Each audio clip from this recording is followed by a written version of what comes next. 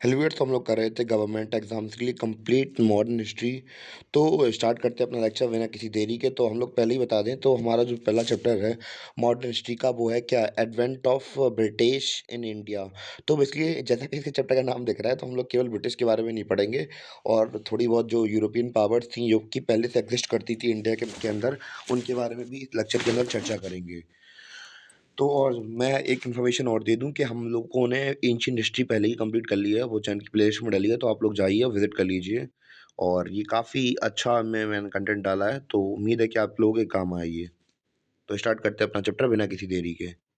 तो स्टार्ट करते हैं अपना लेक्चर। तो यहाँ पे हम लोग देख रहे हैं कि ये हमारा पुराना वर्ल्ड मैप है। एक्चुअली यहाँ पे कुछ ग्लिचेस की वजह से यहाँ पे जो मैप वगैरह हैं, तो बहुत से लोग बुरा मान जाएंगे कि भैया इंडिया का मैप में ये ऊपर वाला हिस्सा कहाँ गया। तो गलती से वो गलत मैप प्रिंट हो गया, और कुछ टेक्निकल इश्यूज की वजह से ये मैप ही इस्तेमाल करना पड़ रहा है।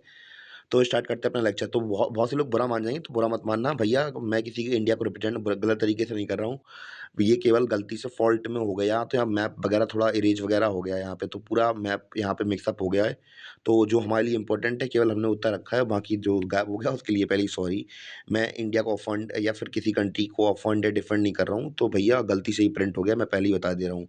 वरना बहुत से लोग कमेंट करने लगते हैं कि भैया इंडिया का मैप कैसा दिखा दिया, वैसा दिखा दिया। मेरा कोई पर्सनल पर्सपेक्टिव नहीं है, तो केवल गलती से टेक्निकल एरर की वजह से वहाँ पे ऐसा हो गया है। तो स्टार्ट करते हैं। तो सबसे पहले हम लोग बात करेंगे कि इंडिया के अंदर केवल यूरोपियन मतलब ब्रिटिश ही नहीं थे जो कि इंडिया के अंदर आए थे। तो उसके सिवा भी हमारे इंडिया के अंदर 3 यूरोपियन पावर एग्जिस्ट करती थी, मतलब और सुपर पावर भी एग्जिस्ट करती थी। जैसे हम लोग बात करें कि 1498 में कौन आए थे, पुर्तगाली आ गए थे। जैसे कि आप लोगों ने सुना होगा, वास्को डिगामा के बारे में सुना होगा, कैसे-कैसे उन्होंने वॉयेजेस वगैरह स्टार्ट की थी। और मैं आपको बता दूँ कि जो समुद्री यात्राएँ होती थी, उस समय पर क्यों करते थे? तो ये बेसिकली एक हम लोग बताते हैं, वन डे एग्जाम्स के पर्सपेक्टिव से वीडियो बना रहा हूँ मैं यूपीएससी लेवल के हिसाब से नहीं बना रहा हूँ। अगर आप लोग यूपीएससी वगैरह की प्रिपरेशन करते हैं, तो उसमें आपको पढ़ाया जाता है क्या, रेनेशा वगैरह कि इनलाइटमेंट एज आ गया था वहाँ पे, तो इस वजह से लोग, अब लोगों का दिमाग खुल गया था, तो लोग अलग अलग जर्नीज कर रहे थे, अलग अलग वॉयेजेस कर रहे थे। इस वजह से वो लोग दुनिया भर में निकले थे, यूरोप के लोग। तो वो यहाँ पे इंपॉर्टेंट नहीं है, इस वजह से मैंने ज़्यादा बताया भी नहीं। थोड़ा बहुत बता दे रहा हूँ कि रेनेशा का मूवमेंट था एक, तो उसके बाद थोड़ा वहाँ के लोग थोड़ा लॉजिकल थिंकिंग की तरफ निकल गए थे, इस वजह से वहाँ पे साइंटिफिक डेवलपमेंट हुआ, और धीमे-धीमे लोग अलग-अलग जर्नीज़ पे निकले थे उस समय पर। तो उसी का एग्ज़ाम्पल हमें ये वॉयेजेस वगैरह दिखती हैं। तो फिर इतना इम्पोर्टेंट है नहीं इसके पर्सपेक्टिव से, जितना था मैंने बता दिया बैकग्राउंड के लिए। तो यहाँ से हम लोग बात करें यूरोप से इंडिया में 1948 में, 1498 में हमारे वास्को डी गामा जी आए, फिर उन्होंने अपना मसालों का व्यापार स्टार्ट कर दिया इन्होंने। और बाद में जो हमारे डच थे, जो कि नीदरलैंड वगैरह से आए थे, वो कब आ गए थे, 1598 में आ गए थे, और उन्होंने अपनी एस्टेब्लिशमेंट अच्छी तरीके से कर ली थी। 1605 तक कपास का बिज़नेस करते थे। तो हम लोग बात करें कि जो पुर्तगाली थे वो 1498 में आ गए थे, और वो इस वाले एरिया में, जैसे कि आप लोग इंडिया के इस वाले रीजन में देख रहे होंगे, जहाँ पे ये वाला एरिया दिख रहा है आपको, जहाँ पे ये डॉट जा रही है, तो इस वाले एरिया के अंदर पुर्तगाली अपना जो मसालों का व्यापार करते थे, और इन्होंने एक एक्चुअली पॉलिसी बनाई थी, ब्लू वाटर पॉलिसी। क्या बनाई थी?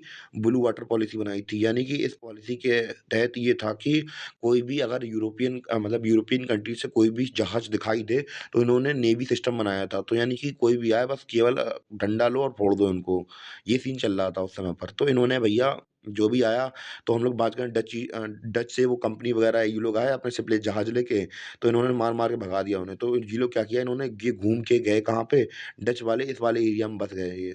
जो आप लोग को मसूलीपट्टनम दिख रहा है, इस वाले एरिया में चले गए, और इन्होंने कपास का बिज़नेस यानी कि कॉटन का बिज़नेस करना स्टार्ट कर दिया।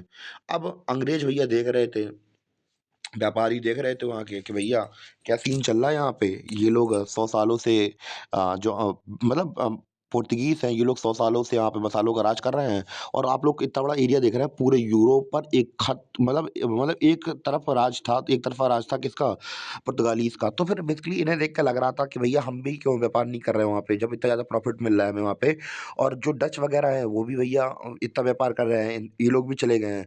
तो यहाँ पे एक हम लोग बात करें, एक ग्रुप था मर्चेंट एडवेंचर्स नाम से, यानी कि व्यापारियों का एक संगठन था।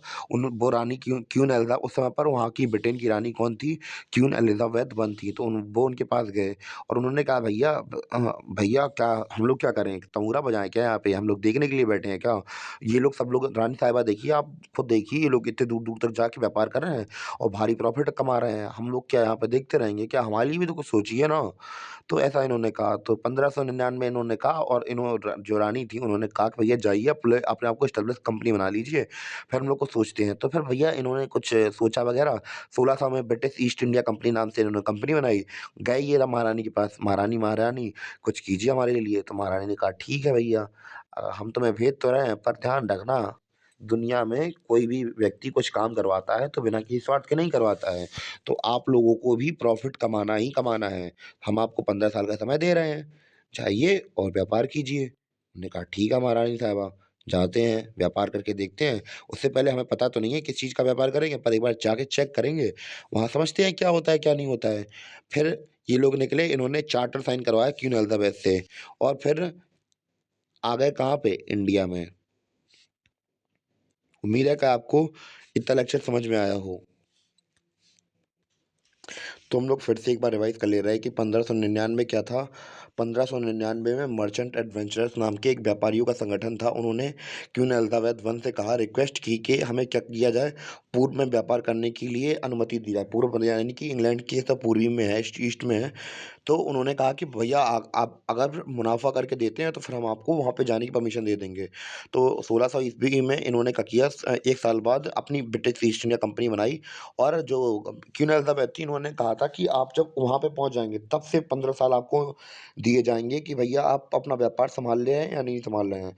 तो परमिशन मिल गई इन्हें कितने साल की? 15 साल की। पर जो अंग्रेज़ थे वो तो बहुत दिमागदार थे। उन्होंने कहा कि भैया हम बे ऐसा नहीं है कि सर-पैर उठाया और पहुँच गए वहाँ पे, सोच-समझ के प्लानिंग के साथ जाएँगे। तो इन्होंने 8 साल लगा दिए सोचने में। फिर 1608 में ये लोग पहुँचे कहाँ पे? जहांगीर की कोर्ट में पहुँचे। कौन? कैप्टन विलियम हॉकिंस, उनके बारे में बात करेंगे। उससे पहले हम लोग समझते हैं कि जो इस वाले रीज़न को पहले समझ लेते हैं। पहले हम लोग मार्कअप निकाल लें, मार्को। इस समय पर जो इंडिया था ये छोटे-छोटे पार्ट में दबा हुआ था ये वाला और बाकी का जो ये वाला ब्लैक पेन से रीजन जो एरिया आपको दिख रहा है, ये अंडर में आता था किसके? मुगल एम्परर के, मतलब मुगल्स के अंडर में आता था। और हम लोग बात करें मुगल्स के टाइम पीरियड की अगर बात करें तो 1526 से लेकर 1530 तक हमने बात कर ली थी, बाबर का टाइम पीरियड था। 1530 से लेकर 1540 तक और फिर उसके बाद शेर शाह का शासन आ गया था, फिर 1555 से लेकर 1556 तक हुमायूँ का शासन था। फिर 1556 से लेकर 1605 तक अकबर का शासन था। 1605 से लेकर 1627 तक ये इम्पोर्टेंट ईयर है, जहांगीर का टाइम पीरियड था और उस समय पर जब विलियम हॉकिंस इंडिया में पहली बार आए, उस समय पर इंडिया का हम लोग बात करें कि मुगल एम्परर का शासक कौन था? जहांगीर था और उनकी कैपिटल क्या थी? आगरा थी। हम लोगों के लिए बहुत इंपॉर्टेंट था। उसके बाद शाहजहाँ का देखेंगे 1628 से लेकर 1658 तक, तो यहाँ तक शाहजहाँ का शासनकाल चल रहा था। तो इतना हमने सीन समझ लिया अपना पुराना वाला। तो ये वाली टेरिटरी हमने पहली बात की थी कि अब अंग्रेज़ समझ गए थे कि भैया हमें तो ऐसे तो परमिशन मिलेगी नहीं, क्योंकि इतने जो नीचे आपको ये वाला रेड पोर्शन दिख रहा है, तो यहाँ पे तो पुर्तगाली राज कर रहा है और यहाँ पे डच राज कर रहे हैं। तो ये चीज़ हमें देखने को मिल रही थी। अब हम लोग बात करेंगे कि अब इन्होंने सोचा कि कैसे भी करके यहाँ सूरत वाले इलाके मिल जाए। तो जहाँ पे हम लोग बात करें 1600 ईस्वी में क्या हुआ कि वो लोग सूरत में लैंड हुए और उन्होंने ये सब पहले सोच समझ के आए, तो वहाँ पे हम लोग पहले बता दें। और 1605 में ये लोग 1608 में ये कहाँ पे उतरे? सूरत में उतरे और फिर इन्होंने प्लानिंग बनाई कि हम लोग जहांगीर कोर्ट में जाएँगे। उस समय पर जहांगीर कोर्ट में पहुँचे भैया। तो अब जहांगीर कोर्ट में पहुँचे तो अब उनके लिए अच्छे-अच्छे गिफ्ट ले गए, क्योंकि राजा महाराजा के कोर्ट में जब भी जाया जाता था, अच्छे-अच्छे उपहार लाए जाते थे। तो ये लोग पहुँचे भैया जहांगीर की कोर्ट में। जहांगीर कोर्ट में पहुँचने के बाद बोले, उनके दरबारी बोले जहांगीर से, "महाराज, महाराज कोई आया है, देखिए बाहर खड़े हैं अंग्रेज। बहुत दूर से आए हैं, विदेश से आए हैं, आपसे मिलने की जो गुज़ारिश कर रहे हैं।" उन्होंने कहा, "अच्छा भेजो।" उन्होंने कहा, "यार ट्रांसलेट कैसे करेंगे? हम लोगों की फ़ारसी भाषा है, ये अंग्रेज़ हैं।" और जैसे ही अंग्रेज़ वो विलियम हॉकिंस उनके सामने पहुँचे, हम लोग बात करें, तो जैसे ही कैप्टन विलियम हॉकिंस पहुँचे, उन्होंने झुक के सलाम किया। अरे! जहाँपनाह सलाम, सलाम, सलाम। उन्होंने कहा, "ठीक है भैया, हाँ बताओ, किस काम से आए?" और उन्होंने पहला शब्द बोला, उन्होंने देखा कि भैया ये फ़ारसी बोल रहा है, अंग्रेज़ी आदमी फ़ारसी बोल रहा है। वाह! क्या बात है! हमसे मिलने के लिए फ़ारसी सीख के आए हैं, वाह! तारीफ़ होनी चाहिए इनकी। मतलब ऐसा मन में उनके विचार वग़ैरह आए, तो ऐसा सब कुछ सोच रहे थे। और हाँ, मैं आपको बता दूँ कि इम्पोर्टेंट ये है कि जो जिस शिप में आए थे उसे क्या नाम दिया गया? शिप हेक्टर शिप नाम था उसका। जिससे पहली बार जो ट्रेडिंग शिप इंडिया के अंदर आया था उसका नाम हेक्टर शिप था और उसके कैप्टन कौन थे? विलियम हॉकिंस थे। और और ईस्ट इंडिया कंपनी के भी कौन थे? ये भी यही कैप्टन विलियम्स ही हमारे मेन हेड थे। और हम लोग बात करें जब ये गए उन्होंने कहा कि भैया महाराज ऐसी-ऐसी बात है कि पुर्तगाली और डच जो हैं वो व्यापार कर रहे हैं, हमें भी व्यापार करना है तो आप हमें अगर परमिशन दो तो हम आपको भारी मुनाफ़ा 30-40% पैसा देंगे और आप सालाना तौर पर देंगे, तो आप भैया हमें व्यापार करने की परमिशन दो। पहले तो इन्होंने सोचा यार थे तो राजा-महाराजा ही और सोचा भैया फ्री बैठे-बैठे हमें 30-40% हमें हिस्सा मिल रहा है, मुनाफ़ा मिल रहा है तो क्या बुरा है। पर फिर भी इन्होंने कहा कि भैया हम आपको परमानेंट बेसिस पे तो नहीं देंगे, टेम्परेरी बेसिस पे आप अपनी कंपनी खोल सकते हैं, पर आपको हमारे यहाँ पे पाना आपने अपने जो चेला-चपाटी हैं उन्हें भेज दीजिए और हम आपको एज़ अ सिक्योरिटी रखेंगे और आपको हम दरबारी बनाएँगे अपना, यानी कि मनसबदार बना देंगे और इन्हें 400 की मनसबदारी दी और इन्हें एक टाइटल दिया गया इंग्लिश खां। इन्हें इंग्लिश खां का टाइटल मिला और इनसे कहा गया जब तक कि आपकी कंपनी एस्टेब्लिश नहीं हो जाती है, तब तक आप हमारे दरबार में रहेंगे और अपने चेला-चपाटी को भेजिए और वहाँ पे वो लोग कंपनी खोल रहे हैं। मैं अपने किसी एम्परर या फिर हम लोग बात करें किसी अपने गवर्नर से बात करता हूँ वहाँ के, तो वहाँ की व्यवस्था वो लगवाएँगे आपको। फिर भैया हम लोगों ने बात करें इम्पोर्टेंट वही है कि हमारे लिए ये क्या थे अस्थायी थे यानी कि परमानेंट नहीं थे। और बस आज के लिए हमारा लेक्चर यहीं तक था और 1608 तक हमने पढ़ लिया और बाकी का जो चैप्टर है हम लोग आगे आने वाले वीडियोज़ में पढ़ेंगे। और ये पहला मॉडर्न हिस्ट्री का हमारा पहला वीडियो था और बाकी एंशिएंट हिस्ट्री हम लोग पहले ही कवर कर चुके थे। और पहले ही मैं बता दूँ कि यूपीएससी पर्सपेक्टिव से नहीं है और ये गवर्नमेंट एग्ज़ाम्स के पर्सपेक्टिव से वन डे एग्ज़ाम जैसे एसएससी वगैरह हुए, रेलवे वगैरह हुए, उन एग्ज़ाम्स के पर्सपेक्टिव से ये वीडियो है। उम्मीद करता हूँ कि आपको लेक्चर समझ में आया हो। मिलते हैं अपने अगली वीडियो में बिना किसी देरी के साथ। तब तक के लिए धन्यवाद। बाय-बाय।